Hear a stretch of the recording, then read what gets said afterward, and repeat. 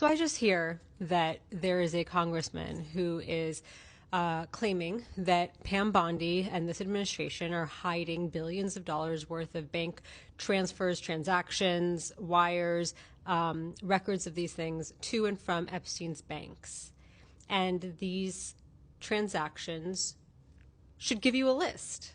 So I go to the internet to research it myself, and I type in Epstein bank transactions. Did you guys know that the Virgin Islands sued JP Morgan in 2023 on behalf of its citizens who Epstein had trafficked? Did you know that? They were suing for $190 million, and their claim was that JP Morgan knew that Epstein was engaging in sex trafficking based on his transactions alone. And how did they know that? Because in 2019, JP Morgan, after 16 years, reported $1 billion in suspicious transactions as part of a CYA after Epstein disappeared from jail.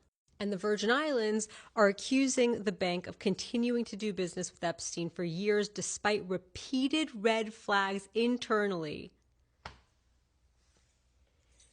What?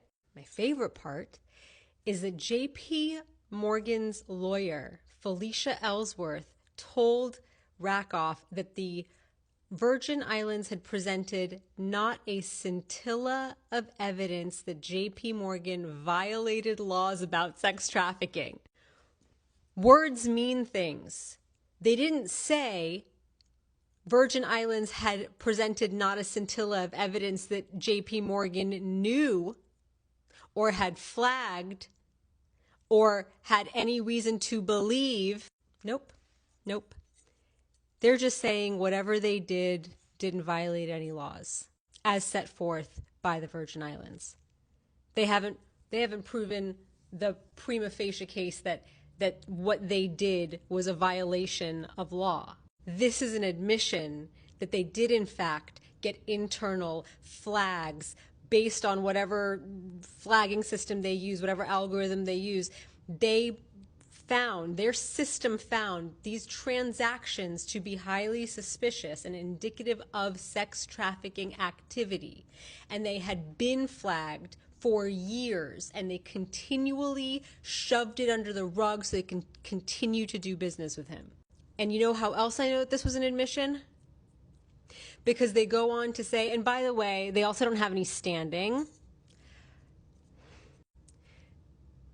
but they settled in 2023, in July of 2023, $290 million for the same fucking thing, the exact same lawsuit out of Manhattan.